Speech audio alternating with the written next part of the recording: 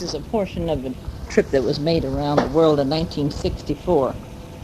This section starts from Egypt and goes through the Holy Land.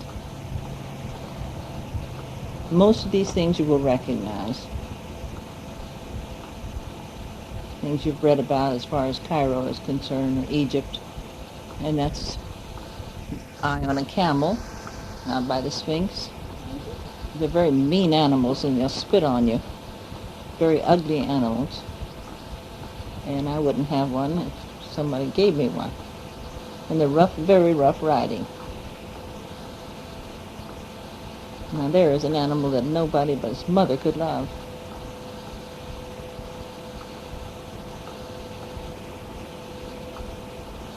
This is my friend Trudy. No, that's still I. Trudy never did turn loose of her dragoman, the man that was holding on to her camera. But they hadn't finished even excavating the bottom part.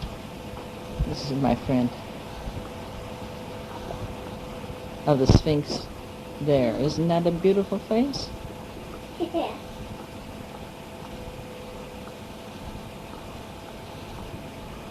I was surprised to find the Sphinx. It really was as small as it was. The pyramid simply dwarfed it. This is Cairo itself with the various mosques taken from inside of a window, and street scenes of which to me were absolutely fascinating because of the variety of wheels.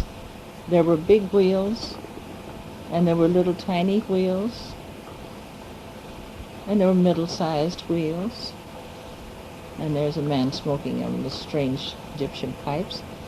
Here's another one with little wheels, and he was in a hurry. So was he. The women still were in behind the veils. It was a mixture of old and new. There was just as much of that old-fashioned way of travel that had been present for hundreds of years, and a few modern cars. This is out in the desert on the way to the tombs, the tomb of the bulls that were out in the middle of the desert, and they were very fascinating going through. It was completely too dark and unable to take any pictures, and riding through the countryside and down the Nile. This is just houses as we gone along. Most of the time I try to get pictures of just there's Ramesses II. Pictures of people doing things and the way people lived rather than stuff you could buy on a postcard. And certainly in much better form, picture form than what I could do. This fella climbed to the top of this palm, which they will do for a small amount of money. And they could really shinny up and shinny down. Seems so hot and so unbarren, and always, everywhere in the world, were women washing clothes in rivers. It didn't make any difference what country you were in. Whenever there's a puddle of water, there was bound to be a woman there washing clothes. This is the streets of Cairo, the marketplaces. An Egyptian couple took us there, and these are the artisans working in the back of their shops. He's putting together and engraving a silver platter. And this little fella is doing wood carvings, which they produced en masse for the tourists.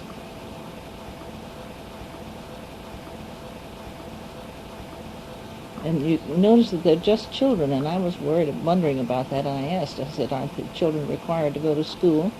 And they said, yes, they're supposed to go to school. But regardless of what time of day you found the small children, that's an ivory stick he's working on. And this fella is working on inlaid ivory plaques and trays. And they did their work, beautiful work, outside in the alley behind the shops. They had templates and patterns that they worked by, and they cut each little piece of ivory and pearl by hand and fitted them into the frame. and into the pictures. And I was more fascinated in the taking pictures and seeing the way they made the things, and certainly purchasing them. And here he is very crudely welding a lamp. The light globes goes inside of this lamp base, and that is one of the old-fashioned, crudest way of welding metal together, but somehow they got it to work. Here he's carving on a little figure, and some of them couldn't have been more than 10 years old. This is the front of the store. This happened to be a friend of my brother-in-law's home, and here he's making beads. I would never seen how a round wooden bead was made, and the violin bow is simply turning the lathe, and he's shaping each bead by hand. This, again, is a veiled woman, and some more scenes of the marketplace.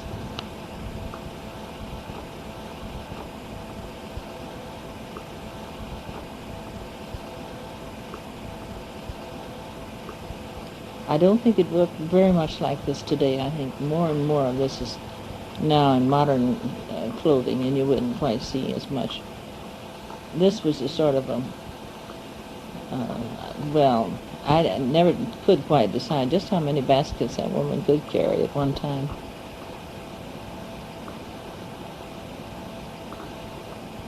The women very shy, and they didn't want the pictures of the children or themselves taken.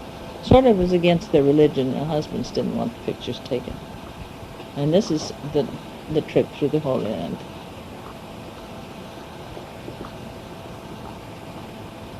Started out through Lebanon, Beirut, and wound up through Haifa. Tel Aviv is where we left it.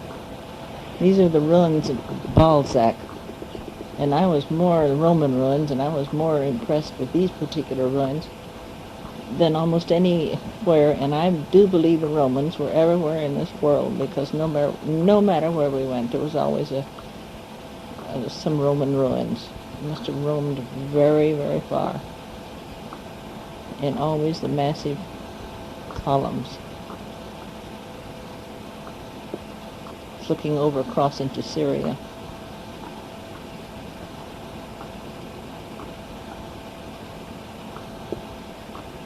Those are actual Bedouins, and I was fascinated with him, but the guide said, for heaven's sakes, leave him alone. Now this is some more of the ruins, and they're just huge temples to Apollo, and his. See the size of the structures against the size of the people. And very, very massive. Those shiny things are where they have a sound and light program which goes on. You see what huge columns. They were even more magnificent than those we found in Rome themselves. These are very famous. This is particular arch is on all of their money. It's just a landmark of Lebanon, are these towers. It's kind of like the trees of Lebanon. There's another herd of camels belonging to a Bedouin. And they said they are very, very mean, and men are very hostile.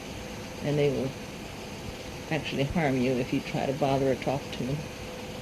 Believe it or not, this is a shoe factory. And they're making wooden shoes. This is the result of those sticks that you saw standing outside of the shack. This is inside a marketplace.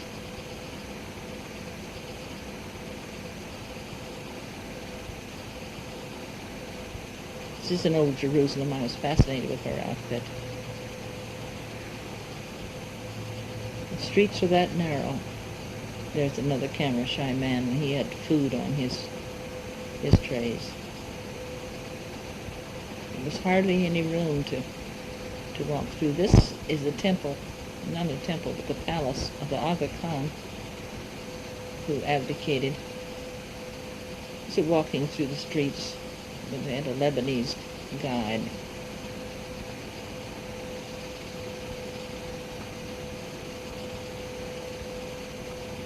believe that is going into Syria. I was trying to remember what that was. At each border point, we had to stop and go through the usual formal papers, from Syria to Jordan to Israel. Everything seemed very dry, very burnt up, and always rocks. Rocks and rocks and rocks and rocks. They used it in every conceivable way, in fences and in houses, everywhere. As they'd take the rocks out of the land they plowed, now they made something out of them. It looked like a very hot, dismal existence. It didn't seem to be trees or grass or anything green. An occasional bush was about all you could see. And they say it's purely from overgrazing and not taking care of the land. And the minute you cross over into the Jewish part of Jerusalem, it was just as lush as, here's one of the checkpoints, leaving one country and going into another.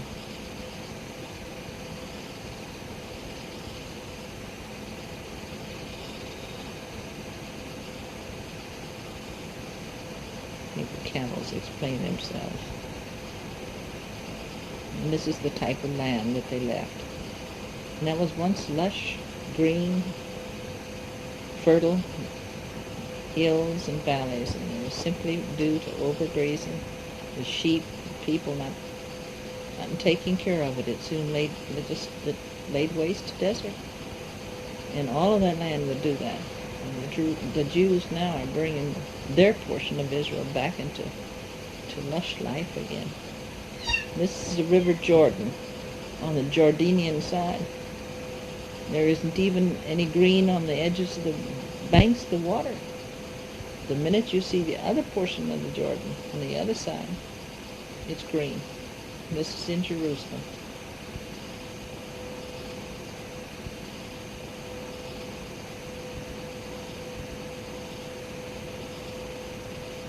This is across the way, and you can see the Dome of the Dome of the Rock there, the big gold building, and the old walls. And this is the Garden of Gethsemane, the olive tree that was probably there when Christ was there. It's that old.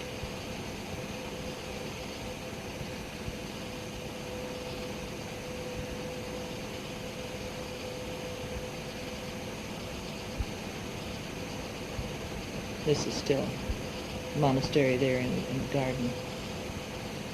Very lush with flowers. Bethlehem was simply a little town. Nothing special about Bethlehem.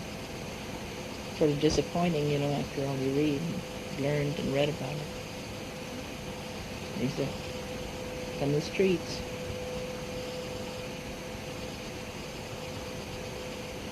Having really very few drivable roads or anything. This is in the city of Jerusalem.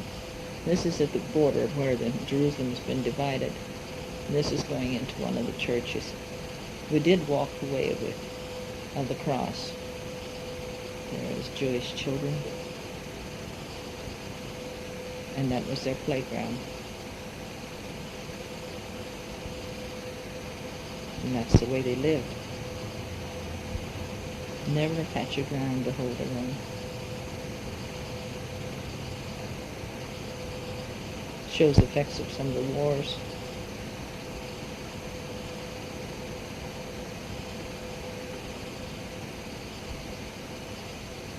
On one side it's one country, on another side it's another. I was fascinated with their dress, which was a heavy velvet, and all that heat they had on those heavy velvet dresses.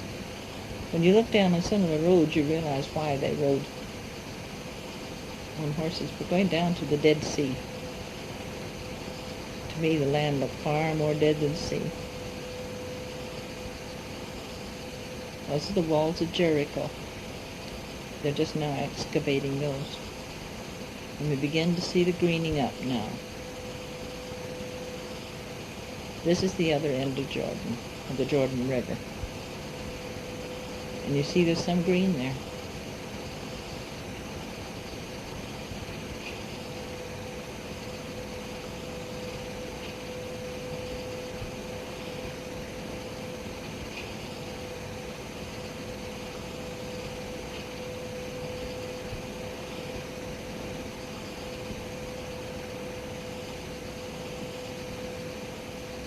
This is in one of the churches. That was a Boy Scout band that was playing in there. This is the Church of the Holy Sepulchre. It happened to be Orthodox Greek in that particular instance coming out of there. The church was so divided into different sections, and I'm so happy that they didn't put it just into one, because there are innumerable divisions in the church itself, which belong to different sects of religion.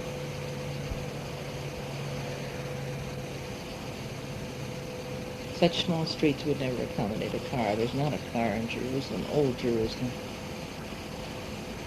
All around the outside there is, and you see it would take a mule to go up and down these steps, not a car. And some of it seems so unchanged.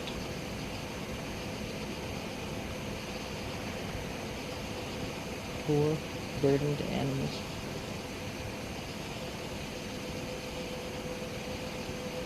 And this is part of the way that Christ walked.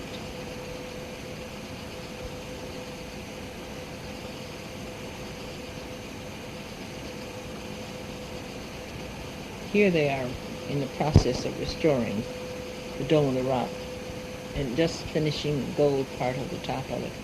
And actually, of all the buildings in the whole world that we saw, including the Taj Mahal, there was not a more beautiful building inside and out than there was the Dome of the Rock. If I'm not mistaken, that's where Isaac sacrificed, or was going to sacrifice his son. This is part of the Dolorosa. And the sacrificial lamb the kids are having fun with.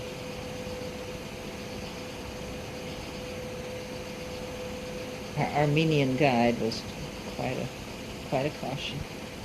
This is part of the Wailing Wall, or this is part of the house. There is your Wailing Wall. And when we were there, it was still behind the wall, so that the other people couldn't get to it. That wall on the right is the one that was torn down, and Jewish people could finally reach the Wailing Wall that they had wanted to for so many years. All of these scenes are the scenes of the Way of the Cross.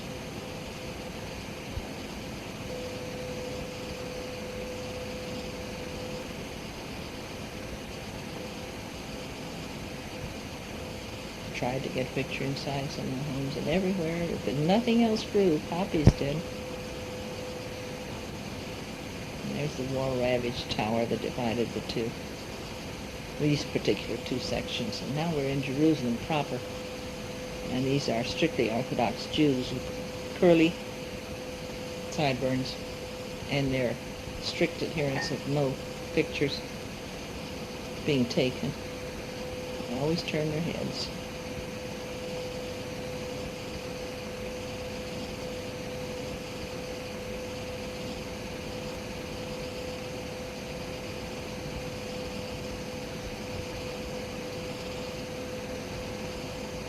Some of them are very red-headed. And that is the Galilee.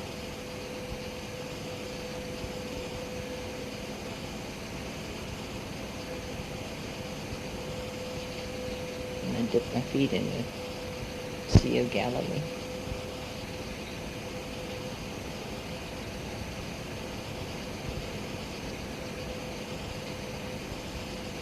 This is the Jordan River with its lush greenery, and I couldn't realize it was the same river that was on the other side. Part of the remainder of the Six-Day War.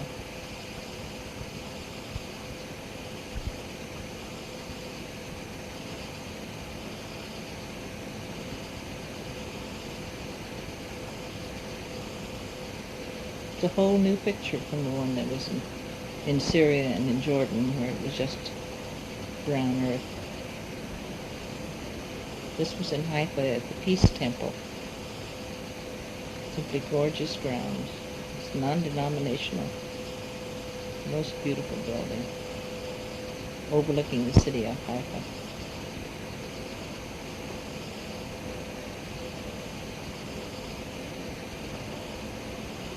Very formal cut gardens. Could have spent days just right there.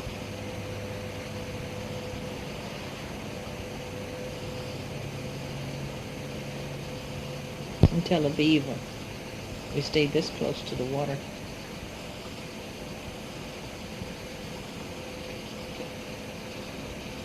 And then we flew on to Greece.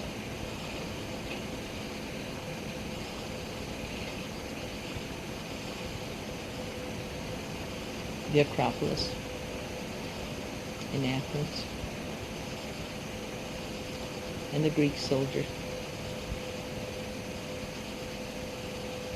I think he was beautiful.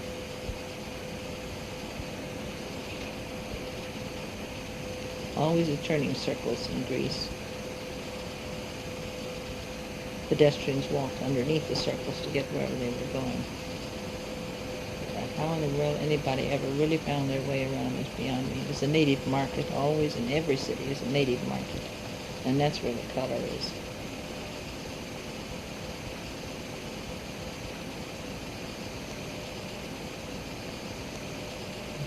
Drove down up in away from the city of Athens into the hills to Delhi, where the oracles were given.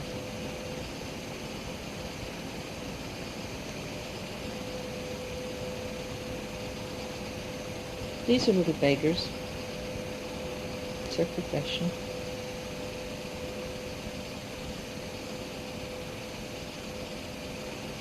See their use of the rocks.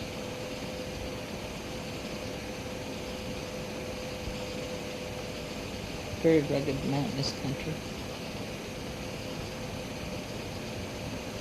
And very little to see it. And the little towns look like they were sort of pasted or glued onto the side of the mountains, and hefty wind would just blow them off. The road so steep that you either walked them or a donkey could make it. Stand on the end of nowhere. This is Delhi. Delhi, or I'm not sure how you pronounce it. Just trying to get some picture of the streets that just go straight down. There's one of them.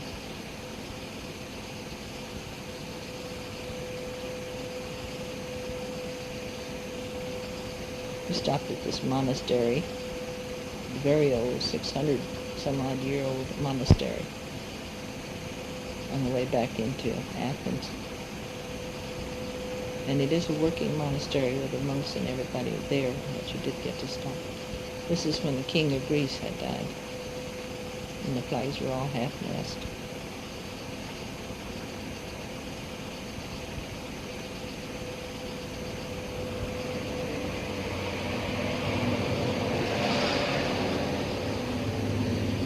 This is back up at the Acropolis again, in Athens.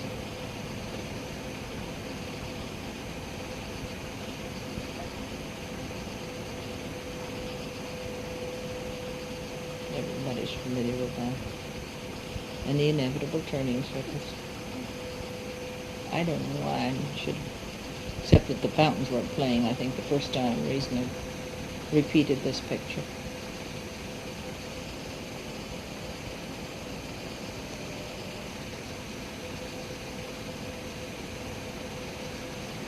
We did take this Samaria's tour of the Greek islands to Delos, and some of those in there, and I can't remember now the names of the islands that we went to. Without looking them up.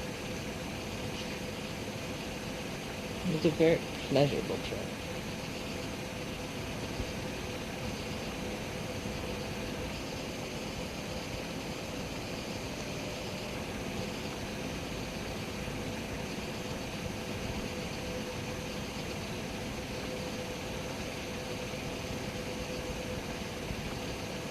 Took 3 days to visit various places we stayed aboard ship.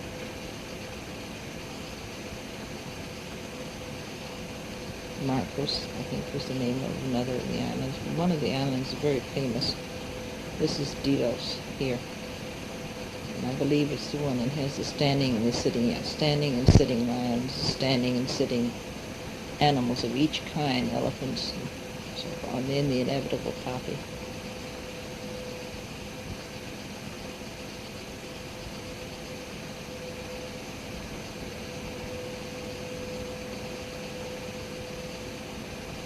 And this is Marcus, or one of those that, which is quite a artist's haven.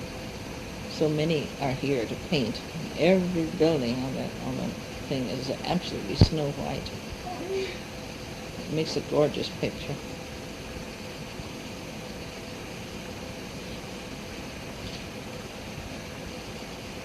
Great many open air cafes.